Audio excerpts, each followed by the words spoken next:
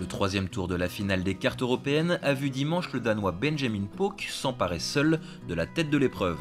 Une journée qui aura dans l'ensemble souri aux joueurs français qui sont 8 à avoir joué sous le par. La perf du jour est signée Adrien Sadier, auteur d'un excellent -5 sur le Hills Course. Le Haut-Savoyard en profite pour grimper au 5e rang. On a commencé dans des conditions un peu dures, donc tout ce que je voulais c'était vraiment rester le plus possible dans le moment présent. Je voulais pas m'inquiéter, je savais que ça allait être dur, que ça allait être une belle bataille. Mais d'un côté, je sentais que j'étais en confiance dans mon jeu, donc dès que j'ai eu l'occasion, j'ai essayé d'agresser un peu 2-3 drapeaux. Et au retour, il y a 2-3 potes qui sont tombés, donc ça fait un peu un petit score bonus dans ces conditions, donc c'est très bien. Comme je l'ai dit ce matin à mon père, mes fiancés, c'était la journée pour tirer l'épingle du jeu. On savait qu'il y aurait des dégâts, on savait que ça allait être dur, et que voilà, j'étais assez motivé pour faire une belle carte et je la rends, donc je suis très content de ça. Physiquement ça va très bien, avec les physios à la Maison de France, ils font un très bon boulot. Après je fais le travail de mon côté aussi, des fois des récup cardio ou autres, et donc voilà, tout ça fait que je me sens très bien. Avec 2 birdies pour un bogey, Grégory Avray signe lui un solide -1. Désormais 16e, il demeure dans les clous pour un ticket pour le Tour européen, un sésame qui sera attribué mercredi soir au top 25. Donc je jouerai sous le par, ça sera bien, c'est sûr. Ça, c'est pas facile, encore une fois, ces parcours qui sont pas évidents, dans les conditions, il fait frais, il y a pas mal de vent, c'est une bonne chose d'avoir joué, de rendre des scores dans le rouge. Oui, je suis pas mal, après c'est extrêmement limite parce que 1 ou 2 points d'un sens, d'un côté comme de l'autre, peut vraiment faire la différence.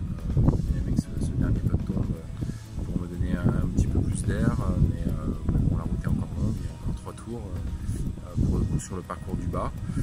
Il va falloir effectivement continuer comme ça, rendre des scores sous le par premièrement, et puis peut-être même un petit peu mieux que sous le par, parce que j'ai l'impression que je perds un petit peu de terrain quand même au fur et à mesure des journées après ce très bon premier tour. Bon voilà, encore une fois il n'y a pas grand chose de fait, tout reste à faire. En tout cas c'est sûr que c'est très important d'avoir fait cette bonne entame.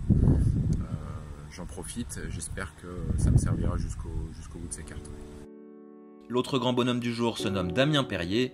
Avec son score de -5 sur le Lakes Course, le Breton gagne 53 places et se retrouve 26e. C'est vrai que c'est un score qui fait du bien, je ne sais pas du tout quels sont les scores moyens aujourd'hui, mais en ce qui me concerne, je suis resté focalisé sur mon jeu, sur mon potentiel du moment, sur la dynamique que j'ai créée ces dernières semaines. J'étais un peu frustré de mes 2 premiers rounds avec 2 cartes solides dans le par, mais toujours avec 1 ou 2 points qui m'échappaient sur les fins de partie. Aujourd'hui, j'ai su capitaliser sur vraiment un bon fond de jeu, des bonnes statistiques. Voilà, j'ai montré un petit peu plus d'audace, un petit peu plus de caractère dans mon golf. Non pas que j'en ai pas fait preuve sur les 2 premiers jours, mais c'était un poil plus tranchant, j'ai essayé.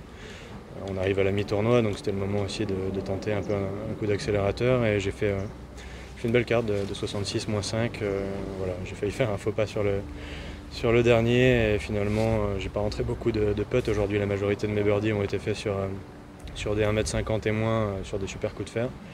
Donc je suis quand même content de au moins rentrer ce dernier putt de 3,50 m, 4 m pour par, après un mauvais premier putt, mais ça me laisse encore un sentiment de satisfaction sur l'ensemble de la journée, sans quoi ça aurait été aussi une belle carte, mais avec un petit goût amer sur la fin, et là ça va me permettre de bien négocier la partie de repos qui m'attend en vue de demain, et d'attaquer le Hills dans des meilleures conditions psychologiques. Derrière ces 3 locomotives, 5 autres Français pointent dans le cut provisoire, placés à -2. Objectif, figurer dans le top 70 demain soir pour jouer les 2 derniers tours et rêver encore du Tour européen.